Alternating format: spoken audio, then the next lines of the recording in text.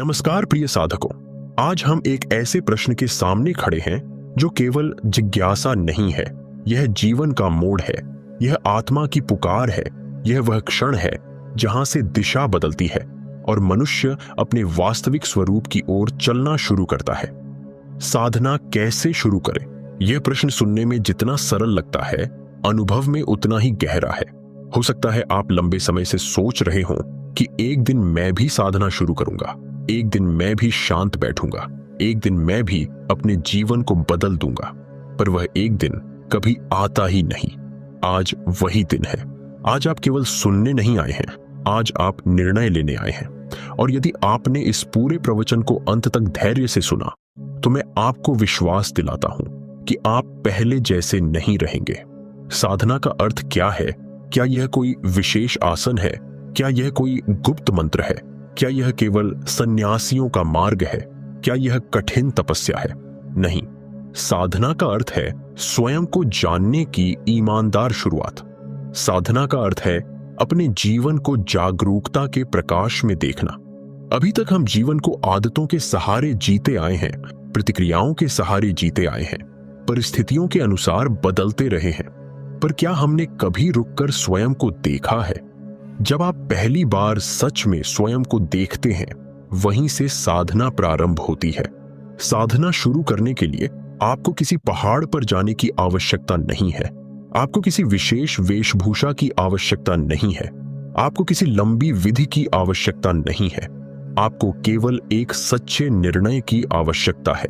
निर्णय कि मैं प्रतिदिन कुछ समय अपने लिए रखूंगा, अपने अंतर्मन को सुनने के लिए रखूंगा। शुरुआत बहुत छोटी हो सकती है, 5 मिनट, 10 मिनट, पर सच्चाई से होनी चाहिए।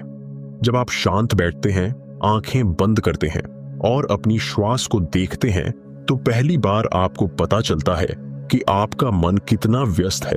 विचार आते हैं, जाते हैं, स्मृतियां उभरती हैं, कल्पनाएं बनती हैं, और आप समझते हैं कि अब तक आप इन्हीं के साथ बहते रहे थे। साधना का पहला कदम है रुकना, रुकना और देखना, बिना निर्णय के देखना।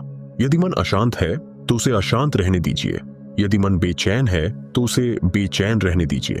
आप केवल साक्षी बन जाइए। यह साक्षी भाव ही साधना का बीज है। जैसे बीज छोटा होता है पर उसमें विशाल वृक्ष छिपा होता है, वैसे ही साक्षी भाव छोटा अभ्यास लगता है पर उसमें असीम शांति छिपी होती है। बहुत लोग सोचते हैं कि साधना शुरू करते ही उन्हें कोई विशेष अनुभव होना चाहिए, प्रकाश दिखना चाहिए, कोई ध्वनि सुनाई देनी चाहिए। पर मैं आपसे कहूंगा कि साधना का वास्तविक अनुभव बहुत सूक्ष्म होता है। वह धीरे धीरे आपके स्वभाव में उतरता है। आप पाएंगे कि आप पहले से थोड़ा अधिक धैर्यवान हो गए हैं, आपकी वाणी थोड़ी कोमल हो गई है, आप तुरंत प्रतिक्रिया नहीं दे रहे, आप पहले देख रहे हैं फिर बोल रहे हैं। यही साधना का असर है। साधना शुरू करने का एक और महत्वपूर्ण पक्ष है नियमितता। यदि आप आज बैठते हैं और फिर कई दिनों तक नहीं बैठते, तो मन फिर पुराने ढर्रे पर लौट जाएगा। इसलिए समय तय कीजिए, चाहे सुबह का शांत समय हो या संध्या की शांति, पर एक निश्चित समय रखिए। उस समय को पवित्र मानिए। जैसे कोई अपने प्रिय से मिलने का समय नहीं छोड़ता, वैसे ही इस मिलन को भी न छोड़िए। धीरे धीरे यह समय आपके दिन का सबसे प्रिय क्षण बन जाएगा। और एक बात ध्यान रखिए, साधना में जल्दबाजी नहीं होती। यह कोई लक्ष्य पाने की दौड़ नहीं है, यह स्वयं से मिलने की यात्रा है। आप जितना कोमल रहेंगे उतना गहरा उतरेंगे। यदि किसी दिन मन नहीं भी लगे तो भी बैठिए, क्योंकि साधना मन के लगने पर नहीं, आपके संकल्प पर चलती है। संकल्प ही साधक की असली पूंजी है। जब आप प्रतिदिन बैठते हैं तो धीरे धीरे आपके जीवन में एक सूक्ष्म परिवर्तन आने लगता है। आप अपने विचारों को पहचानने लगते हैं। आप समझने लगते हैं कि कौन सा विचार आपको नीचे खींचता है और कौन सा विचार आपको ऊपर उठाता है। यह पहचान ही जागरण है, और जागरण ही साधना की शुरुआत है। आज आप केवल सुनकर न जाएं, आज आप अपने हृदय में एक शांत संकल्प लेकर जाएं कि मैं अपने जीवन में साधना को स्थान दूंगा। चाहे परिस्थिति कैसी भी हो, चाहे मन जैसा भी हो, मैं प्रतिदिन कुछ क्षण अपने आत्म स्वरूप से जुड़ने के लिए निकालूंगा। यही पहला कदम है, यही द्वार है। और जब यह द्वार खुलता है तो आगे का मार्ग स्वयं प्रकाशमान होने लगता है। अब समझिए कि उस प्रकाशमान मार्ग पर पहला कदम रखते ही मन में कई प्रकार के प्रश्न उठते हैं। कभी लगता है कि मैं ठीक कर रहा हूं या नहीं, कभी लगता है कि यह सब केवल कल्पना तो नहीं, कभी यह भी लगता है कि क्या सच में मुझ में इतना धैर्य है कि मैं इस पथ पर चल सकूं। यही वह मोड़ है जहां साधक की वास्तविक परीक्षा शुरू होती है। साधना केवल बैठने की क्रिया नहीं है, यह अपने ही मन की परतों से परिचय की प्रक्रिया है। जब आप नियमित रूप से शांत बैठने लगते हैं तो आपको धीरे धीरे अपने ही विचारों का स्वरूप समझ में आने लगता है। पहले जो विचार आपको पूरी तरह घेर लेते थे, अब आप उन्हें आते जाते देख पाते हैं। पहले जो भाव आपको बहा ले जाते थे, अब आप उन्हें पहचानने लगते हैं। यही पहचान साधना को गहराई देती है। अब मैं आपको एक प्रसंग सुनाता हूं जो इस बात को और स्पष्ट करेगा। एक व्यक्ति था जो वर्षों तक सत्य की खोज में भटकता रहा। उसने अनेक ग्रंथ पढ़े, अनेक प्रवचन सुने, अनेक स्थानों पर गया, पर उसे संतोष नहीं मिला। एक दिन वह एक शांत स्थान पर पहुंचा जहां एक वृद्ध महात्मा साधारण वेश में बैठे थे। उसने उनसे पूछा कि मुझे शांति चाहिए, मुझे बताइए मैं क्या करूं। महात्मा ने उससे कहा कि तुम प्रतिदिन कुछ समय मौन में बैठो और केवल अपने मन को देखो। वह व्यक्ति थोड़ा निराश हुआ क्योंकि उसे लगा कि यह तो बहुत साधारण बात है, इसमें नया क्या है। फिर भी उसने अभ्यास शुरू किया। पहले दिन उसे केवल बेचैनी मिली, दूसरे दिन ऊब, तीसरे दिन उसे लगा कि यह समय की बर्बादी है, पर उसने हार नहीं मानी। कुछ सप्ताह बाद उसने अनुभव किया कि उसके भीतर एक दूरी बन रही है, जैसे वह अपने विचारों से थोड़ा अलग खड़ा है। उसने फिर महात्मा से कहा कि अब मुझे कभी कभी शांति मिलती है, पर फिर विचार आ जाते हैं। महात्मा मुस्कुराए और बोले कि विचारों का आना समस्या नहीं है, उनसे जुड़ जाना समस्या है। तुम केवल देखो, प्रतिक्रिया मत बनो। यही अभ्यास धीरे धीरे उस व्यक्ति के जीवन का आधार बन गया। अब वह परिस्थितियों से पहले जैसा प्रभावित नहीं होता था। उसके भीतर एक स्थिरता आने लगी थी। यह कहानी इसलिए नहीं कि आप किसी चमत्कार की अपेक्षा रखें, बल्कि इसलिए कि आप समझें कि साधना का प्रभाव सूक्ष्म होता है पर गहरा होता है। जब आप नियमित बैठते हैं तो आप अपने ही मन के साथ एक नई मित्रता विकसित करते हैं, पर यह मित्रता आसक्ति की नहीं, समझ की होती है। आप अपने ही भीतर एक साक्षी को पहचानते हैं जो हर परिस्थिति में स्थिर रहता है। यही साक्षी आपकी वास्तविक शक्ति है। अब दूसरे चरण में आपको एक और अभ्यास जोड़ना है, और वह है सजगता को बैठने तक सीमित न रखना। जब आप दिन में चलते हैं, बोलते हैं, सुनते हैं, तब भी क्षण भर रुककर अपने मन की दशा देखिए। क्या अब भी मैं प्रतिक्रिया में हूं या समझ में हूं? यह छोटा सा विराम आपके जीवन की दिशा बदल सकता है। साधना का अर्थ है हर क्षण में जागना। धीरे धीरे आप पाएंगे कि आपके भीतर एक गहराई बढ़ रही है। आप पहले जितना जल्दी विचलित नहीं होते, आपकी दृष्टि व्यापक हो रही है, और यही व्यापकता आपको स्थिर बनाती है। 1 घंटे की इस पूरी यात्रा में हम केवल विधि नहीं सीख रहे, हम जीवन जीने की नई शैली सीख रहे हैं। साधना शुरू करना आसान है, उसे निभाना ही असली कला है। इसलिए अभी से अपने हृदय में यह निश्चय कर लीजिए कि चाहे अनुभव मिले या न मिले, चाहे मन लगे या न लगे, मैं अपने समय पर बैठूंगा। क्योंकि जब आप बैठते हैं तो आप केवल शांत नहीं होते, आप स्वयं से जुड़ते हैं, और स्वयं से जुड़ना ही साधना का सार है। जब यह जुड़ाव थोड़ा स्थिर होने लगता है तो एक बहुत ही सूक्ष्म परिवर्तन आपके अनुभव में उतरता है। पहले आप बैठते थे तो समय भारी लगता था, अब वही समय हल्का लगने लगता है। पहले आंखें बंद करते ही विचारों की भीड़ आपको परेशान करती थी, अब वही विचार मानो दूर कहीं चल रहे हों और आप उन्हें एक दूरी से देख पा रहे हों। यही वह क्षण है जहां साधना अभ्यास से अनुभव की ओर बढ़ती है।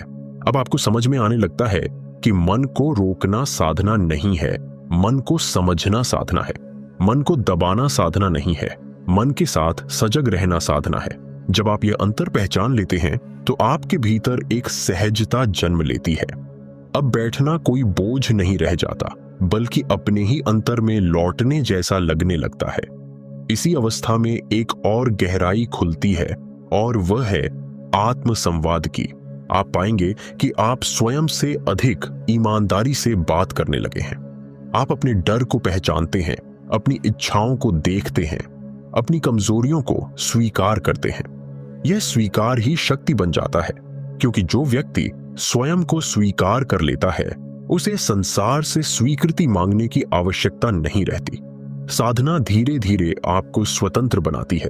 अब आप दूसरों की प्रतिक्रिया पर कम निर्भर होते हैं, क्योंकि आपने अपने ही केंद्र में टिकना सीख लिया है। और जब यह टिकाव आता है तो जीवन की हर परिस्थिति शिक्षक बन जाती है। कोई आपको सराहे तो आप भीतर उठती प्रसन्नता को देखते हैं, कोई आलोचना करे तो आप भीतर उठती कसक को देखते हैं। आप तुरंत प्रतिक्रिया नहीं देते, पहले समझते हैं। यही समझ परिपक्वता है। इसी परिपक्वता में साधना खिलती है। अब मैं आपसे एक प्रश्न पूछता हूं, जब आप शांत बैठते हैं तो क्या आप केवल शांति खोज रहे हैं या आप सत्य खोज रहे हैं? यदि केवल शांति चाहिए तो थोड़ी देर का आराम भी मिल सकता है, पर यदि सत्य चाहिए तो आपको अपनी हर परत को देखने का साहस रखना होगा। सत्य कभी कभी असुविधाजनक भी हो सकता है, पर वही मुक्त करता है। जब आप नियमित अभ्यास करते हैं तो एक दिन अचानक आपको अनुभव होता है कि मैं अपने विचार नहीं हूं। विचार आते हैं पर मैं उनसे अलग हूं। भावनाएं उठती हैं पर मैं उनसे भी अलग हूं। यह अनुभव शब्दों में छोटा लगता है पर जीवन में बहुत बड़ा होता है। इसी अनुभव से भय कम होने लगता है, क्योंकि जो स्वयं को विचारों से अलग जान लेता है वह जान लेता है कि बदलती परिस्थितियां उसे पूरी तरह परिभाषित नहीं कर सकती। यही बोध साधना की असली कमाई है। अब तीसरे चरण में आपको एक और बात समझनी है, और वह है धैर्य की गहराई। कई बार आपको लगेगा कि कुछ विशेष नहीं हो रहा, वही दिनचर्या, वही बैठना, वही देखना।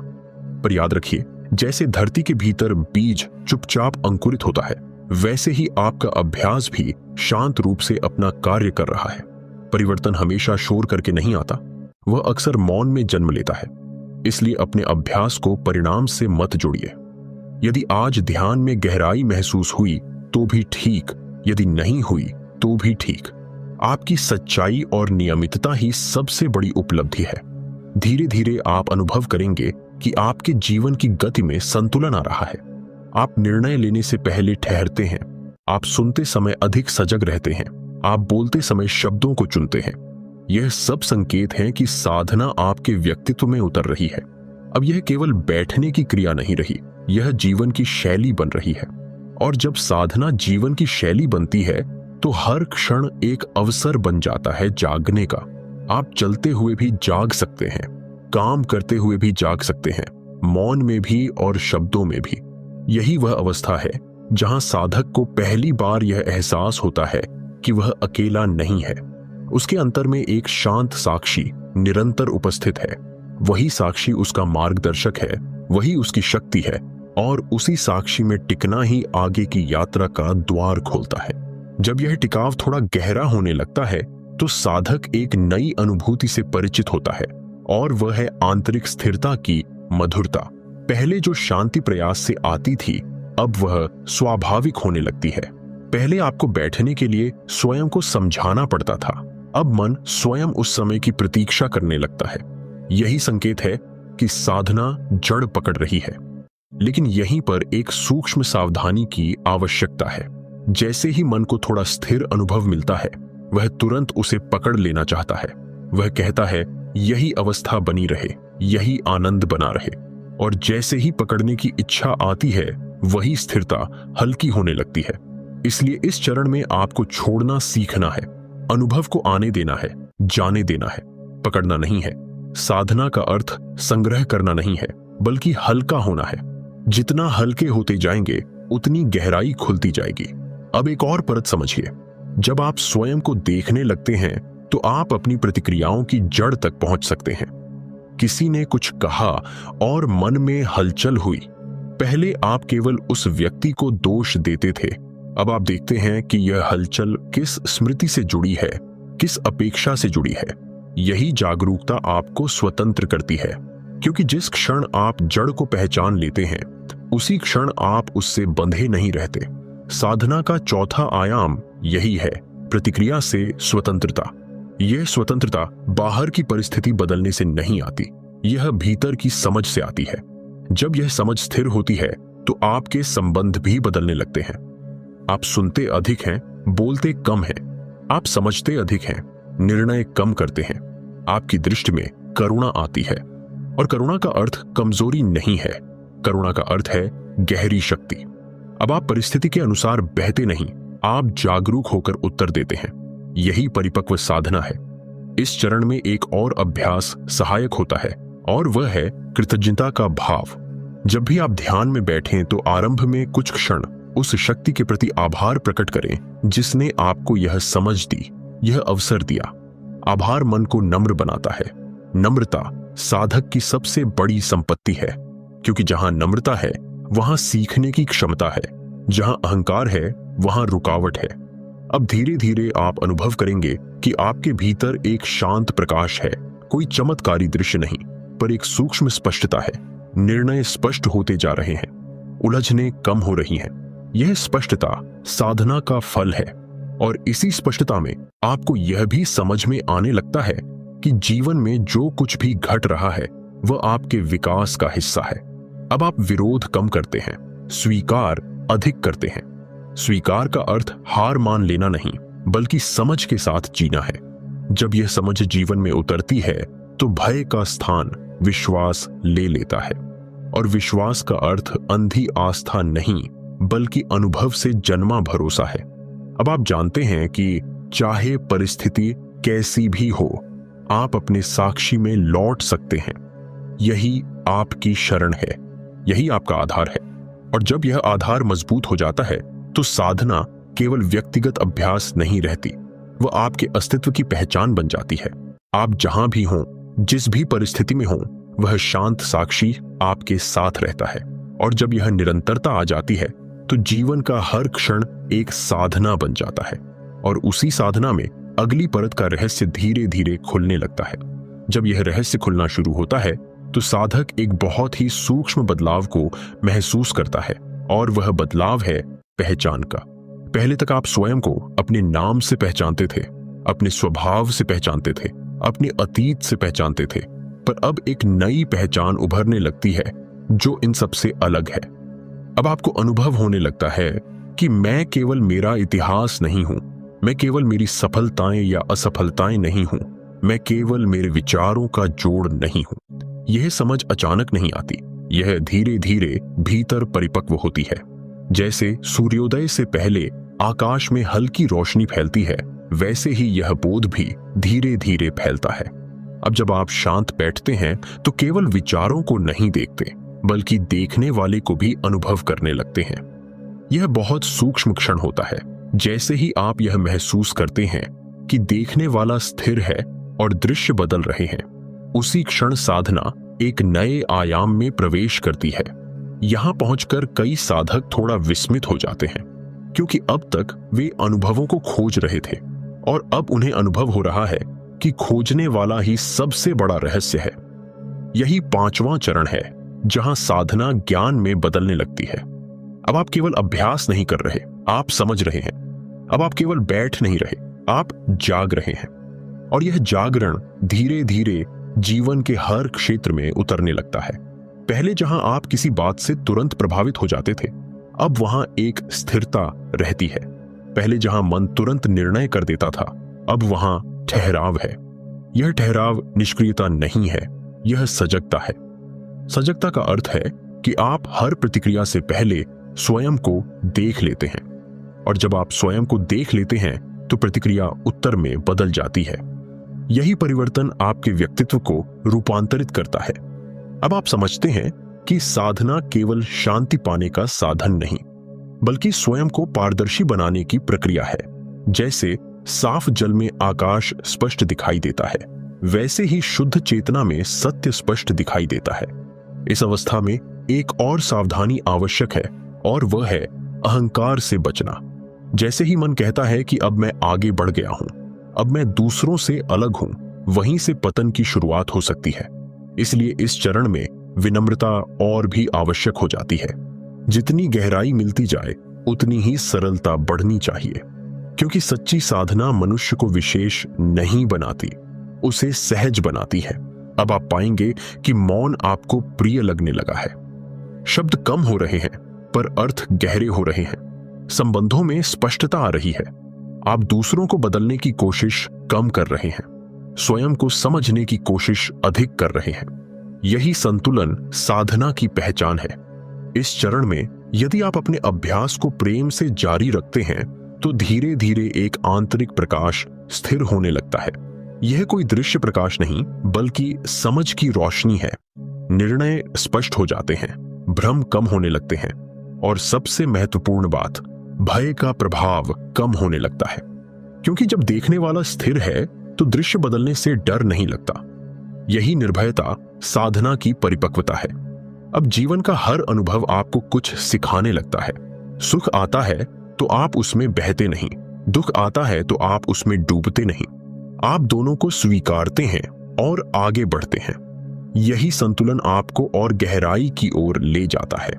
और जब यह संतुलन स्थिर होने लगता है तब साधक को पहली बार यह अनुभव होता है कि खोज समाप्त नहीं हुई, बल्कि अब असली यात्रा शुरू हो रही है।